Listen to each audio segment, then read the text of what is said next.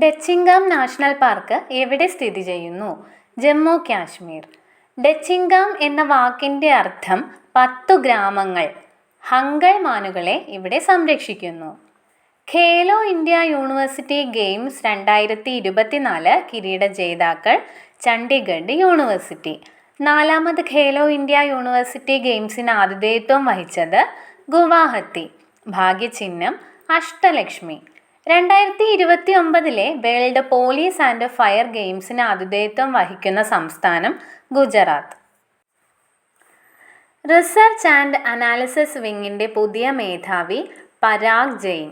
അന്താരാഷ്ട്ര ക്രിക്കറ്റിലെ 3 ഫോർമാറ്റിൽ സെഞ്ചുറി നേടിയ ആദ്യ ഇന്ത്യൻ വനിതാ താരം സ്മൃതി മന്ദാന.